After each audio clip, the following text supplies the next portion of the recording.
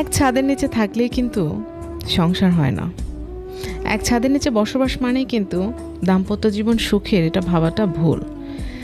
আমাদের সমাজে অনেক কাপল আছে, বিবাহিত কাপল, যারা 10 বছর, 15 বছর, 20 বছর এক ছাদের নিচে থাকে, কিন্তু বৈবাহিক জীবনে তারা অত্যন্ত অসুখী।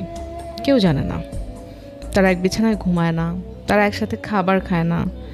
তারা সংসারে অভ্যস্ত হিসেবে ধরে নিয়েছে।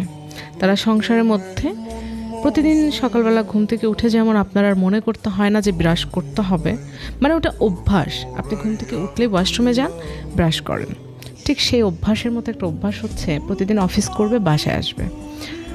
এটাই তারা নাম দিয়েছে সংসার। অথবা অনেক কাপলকে আমি শুনেছি তাদের মুখে, তারা পাশাপাশি ঘুমায় কিন্তু তাদের মধ্যে রাতে আর কোনো কথা হয় না। একজন এপাশে ঘুমায়, একজন ওপাশে ঘুমায়, মাঝখানে আরও দুজন মানুষ ঘুমানোর মতো জায়গা ফাঁকা থাকে।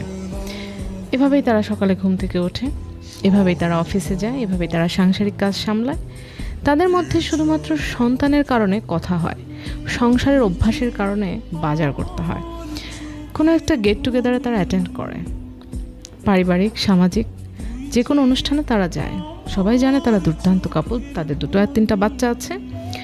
দ্যাট মিনস তারা সুখে আছে, কিন্তু তারা তাদের কষ্টের কথাগুলো কারোর সাথে শেয়ার করে না। কেন করে না জানেন?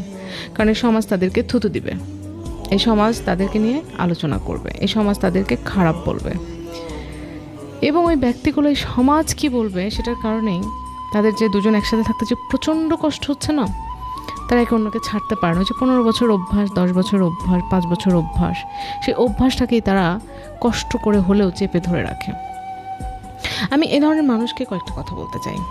দেখুন, আপনার জীবনটা খুব শর্ট। আপনি যদি ধরেই নেন গড় আয়ু 60 বছর, 60 বছর আসলে 60 বছর কিন্তু বাঁচা বলে না। 50-এর পরে যে জীবনটা আপনি পাবেন, সেই জীবনকে আপনি বাঁচার জীবন বলতে পারেন না বাংলাদেশের প্রেক্ষাপটে। আপনার জীবনের, আপনি বিয়েই হয়তো করেছেন হয়তো 25, 26, 27, 28 বছর বয়সে, আপনি 40 পর্যন্ত সেই জীবনটাকে ধরতে পারেন 22 বছরের একটা গণ্ডি। তো 22-25 বছরের একটা জীবন, সেখানে 10 বছর কাটিয়ে দিয়েছেন স্ত্রীর সাথে বা স্বামীর সাথে, আপনার সুসম্পর্ক নাই, কথা হয় না।